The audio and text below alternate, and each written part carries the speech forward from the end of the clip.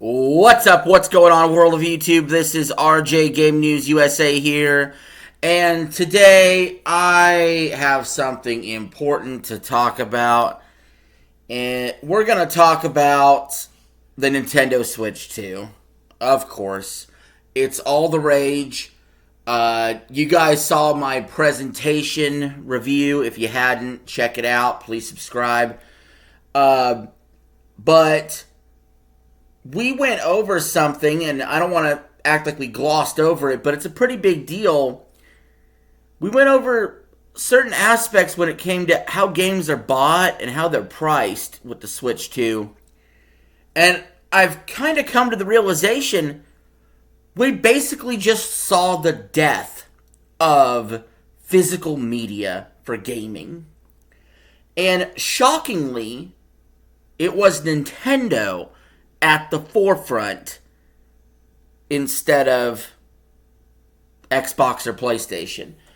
But we'll talk about the price briefly, even though that's not the actual thing that killed the physical media, but it definitely pushes it that way. Let me explain.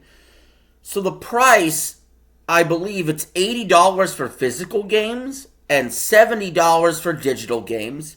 Now, to put that in perspective, with tax, going into a store and buying a game, if you're in a state that has sales tax, is going to cost you like $88 versus digital with no tax costing you $70. Already you save $18 by doing digital. In fact, I'm going all digital when I get my Switch 2 in. So I already kind of planned on doing that to begin with, but this absolutely made it that way.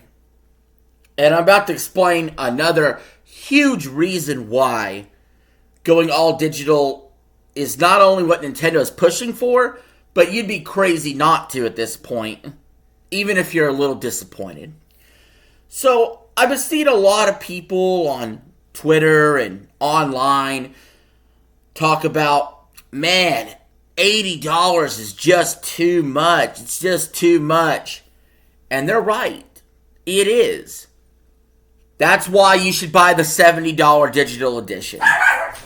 Now, people will tell you, well, I really want that physical copy. You know what I mean? So I can physically hold them in my hand, have a collection. And I gotta say to those people, I get where you're coming from. For the longest time, I held on to my collection of video games and, just wanting to keep building that up. The problem is, and it's a major problem, a lot of these Switch 2 games, the cartridge is just a game key. That's right. The cartridge itself is only essentially a passkey that allows you to then download the game, and then you still have to have it inserted to play the game. So let me get this straight. As a consumer,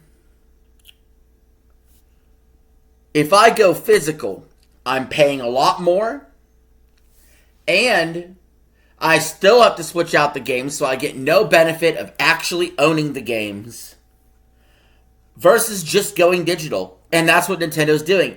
They're squeezing the life out of physical copies. Some people are blaming the tariffs. Some people are saying this is just the way the business is going. Maybe the PS6 and the next Xbox don't even have disk drives at all. But we know Nintendo Switch games were only $60. They went up $20 for physical. But only $10 to match PS5 and Xbox with that $70 for digital. I do feel bad for people that are priced out of the market. That's always a shame. I don't have that issue. But not everybody could be as fortunate, or they don't have enough money to be able to buy all the games they want. So I feel for them. I do. And I feel for the people that would prefer physical and are having to pay the tax for it, essentially.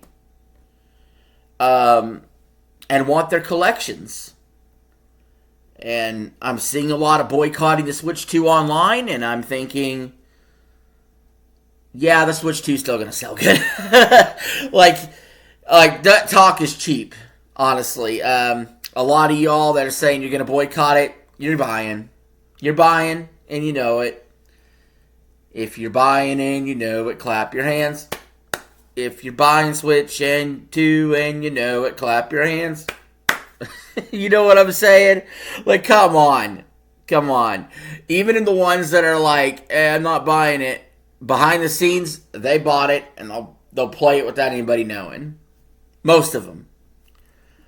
If I'm wrong, I'll say I'm wrong. Switch 2 sales suck, but there's a reason why at launch everybody's dying to get those pre-orders in. Okay? That's for a reason. The system itself is not that expensive. But I do think this whole game key thing is a problem. But if you really think about it, there's going to be a lot of games that are more than 32 gigs, especially from these third-party developers, and they don't really make these cartridges more than 32 gigs. So we probably should have seen this coming, actually, from the jump. You know, so often with even Xbox and PlayStation games, you have to download a lot of the game, and it doesn't run it all off the disc. Internet is becoming more and more required in order to game. A lot of people talk about, well, what if internet goes down and, you know, you can't play your game? And we just seen that happen with the PSN hack for a lot of people. But, it sucks. Offline gaming took a hit this week. Collectors took a hit. Consumers took a hit. And it's really the only sour grapes I have with the Switch 2. Because other than that, the presentation was great. And the games were awesome. And we've been over those games. And I'm very excited. And I'm not deterred at all from doing what I was going to do anyway. But, like I said, for the rest of you gamers out there, you know, I get it. It's kind of rough. I feel kind of bad for y'all. Anyway, leave your thoughts in the comments below. Let me know what you thought of the video. Let me know, do you plan on buying a Switch 2? Are you going physical? Or are you going digital? Overall, I just want everybody's thoughts and opinions. I think we all agree, though, these prices are a little outrageous.